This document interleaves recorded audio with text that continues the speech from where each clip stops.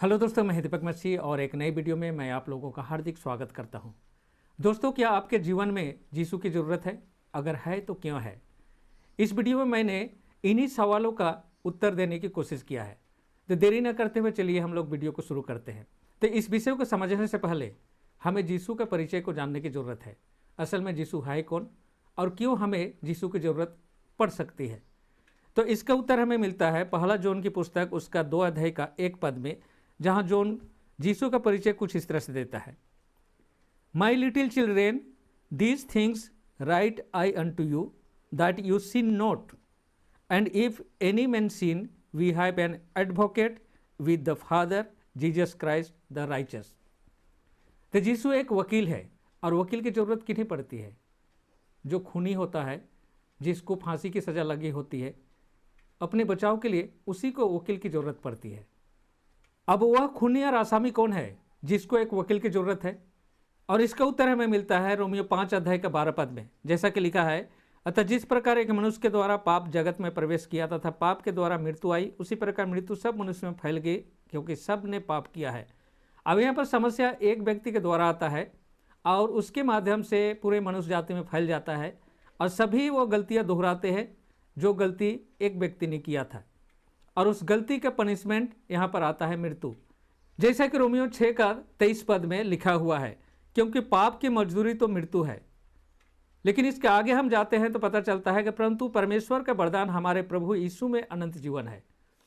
दोस्तों, इन वचनों से यह पता चलता है कि कानून तोड़ने की एकमात्र सजा है मृत्यु, लेकिन वहीं पर परमेश्वर का अनुग्रह हमारे पास आता है। किसके माध्यम से?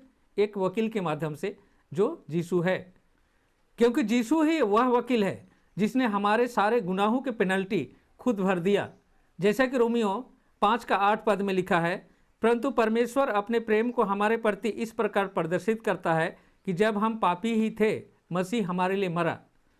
और यीशु ने हमारे पेनल्टी को किस तरह से बेयर किया, उसके बारे में पीतर अपने पहले पत्री के 2 अध्याय का 24 पद में कुछ इस तरह से लिखता है, उसने स्वयं अपनी ही देह में क्रूस पर हमारे पापों को उठा लिया, जिससे हम पाप के लिए मरे और धार्मिकता के लिए जीवन व्यतीत करें, क्योंकि उसके घावों से तुम स्वस्थ हुए हो। जब हम विश्वास के माध्यम से यीशु के बलिदान को ग्रहण करते हैं तो यीशु हमें उस पनिशमेंट से रिलीज कर देता है और हम मृत्यु से पार होकर फिर से जीवन पा जाते हैं। जैसे कि यूहन्ना 5 अध्याय का 24 पद में लिखा हुआ है, मैं तुमसे सच सच कहता हूँ, जो मेरा वचन सुनकर मेरे भेजने वाले पर विश्वास करता है, अनंत जीवन उसका है। उस पर दंड की आज्ञा नहीं होती, पर मृत्यु से पार होकर वह जीवन में प्रवेश कर चुका है। दोस्तों, यीशु जो हमारा वकील है, हमें फांसी की सजा से बचाने के बाद वार्निंग देता है कि हम फिर से कानून न तोड़े। और यीशु के वार्निंग को हम लोग कई जगह पाते हैं। जैसे कि यूहन्ना की पुस्तक 5 अध्याय में एक व्यक्ति 38 साल से बीमार था और यीशु ने उसे चंगा किया था। और जब वह यीशु से दोबारा मिला मंदिर में, तो यीशु ने उसे वार्निंग देते हुए 14 पद में कुछ इस तरह से कहता है, इसके पश्चात यीशु ने उसे मंदिर में पाकर उससे कहा, देख तू स्वस्थ हो गया है, फिर कभी पाप न करना, ऐसा ना हो कि इससे भी कोई भारी विपत्ति तुझ पर आ पड़े। उसी तरह से एक औरत जो व्यभिचार करते हुए पकड़ी गई थी, यहूदी लोग उसको यीशु के पास लाए थे और उसे पनिशमेंट देने की बात थी। लेकिन लास्ट में जब सबके सब वहाँ से चले गए तो महिला अकेली रह गई। तो यीशु ने उसे बोला कि तुझे कोई सजा नहीं दिया?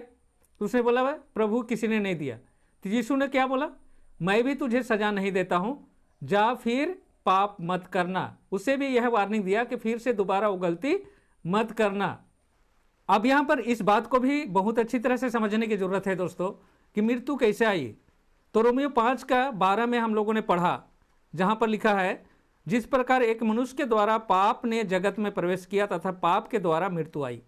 यानी पाप के द्वारा मृत्यु आई। तो ये पाप क्या है, इसे भी समझने की जरूरत है। तो पाप का अर्थ हमें मिलता है पहला यूहन्ना की पुस्तक 3 अध्याय का 4 पद में, जैसा कि यहाँ लिखा है, प्रत्येक जो पाप करता है वह व्यवस्था का उल्लंघन करता है, क्योंकि पाप व्यवस्था का उल्लंघन है। अब मैं उन प्रचारक और उस मंडली को हाईलाइट करने जा रहा हूँ जहाँ पर यह सिखाया जाता है कि यीशु ने व्यवस्था को हटा दिया। तो दोस्तों, यदि व्यवस्था को हटा दिया जाए तो उसका रिजल्ट क्या होगा? रोमियो 5 अध्याय का 13 पद में कुछ इस तरह से दिया गया है, क्योंकि व्यवस्था के दिए जाने तक पाप जगत में था, पर जहां व्यवस्था नहीं वहां पाप की गणना नहीं होती। तो दोस्तों, व्यवस्था के बिना अपराध का कोई भी डिफिनेशन नहीं होता है। अगर कानून की पुस्तक से 302 धारा को हटा दिया जाए तो उस धारा को तोड़ने वाला अपराधी नहीं बोला जाएगा। उसी तरह से दोस्तों, व्यवस्था के बिना पाप का कोई अस्तित्व नहीं है, और यदि पाप का अस्तित्व ही नहीं है तो फिर अनुग्रह की जरूरत क्या है? और यदि अनुग्रह की जरूरत ही नहीं है तो हमें यीशु की क्या जरूरत पड़ी है? और इस तरह से दोस्तों, वह मंडली यीशु और उसके अनुग्रह के बिना एक क्लब की तरह बन जाती है, जहां पर लोग जमा होते हैं, अपने जीवनचर्या के बारे में बातें करते हैं और किस तरह से एक जागतिक आनंद ले सकते हैं उसके बारे में ही वहां पर बताया जाता है। असल में हर एक व्यक्ति को यह बात समझने की जरूरत है दोस्तों कि हमारी ड्यूटी क्या है या हमारा कर्तव्य क्या है। जैसा कि सबूक उपदेशक की पुस्तक 12 अध्याय के 13 और 14 पद में लिखा है, जब सब कुछ सुन लिया गया, निष्कर्ष यह है, परमेश्वर का भय मान और उसकी आज्ञाओं का पालन कर, क्योंकि प्रत्येक मनुष्य का कर्तव्य यही है। क्योंकि परमेश्वर प्रत्येक काम और प्रत्येक गुप्त बात का, चाहे वह भली हो या बुरी, न्याय करेगा। इसलिए यीशु जोहन 14 अध्याय के 21 पद में कहता है, जिसके पास मेरी आज्ञाएं हैं और वह उनका पालन करता है, वही मुझसे प्रेम करता है, और जो मुझसे प्रेम करता है उससे मेरा पिता प्रेम करेगा, और मैं उससे प्रेम करूंगा और अपने आप को उस पर प्रकट करूंगा। और यही 14 का 15 पद में यीशु कहता है, यदि तुम मुझसे प्रेम करते हो तो मेरी आज्ञाओं का पालन करोगे। दोस्तों, हम अपने जीवन में यीशु को क्यों अपनाए हैं? हमारा क्या पर्पस है? एकमात्र पर्पस है कि हम जीवन में प्रवेश करें, अनंत जीवन पाए, और हम यीशु के साथ उस घर में पहुंच सके जहां रहने के लिए यीशु ने हमारे लिए तैयारी की है।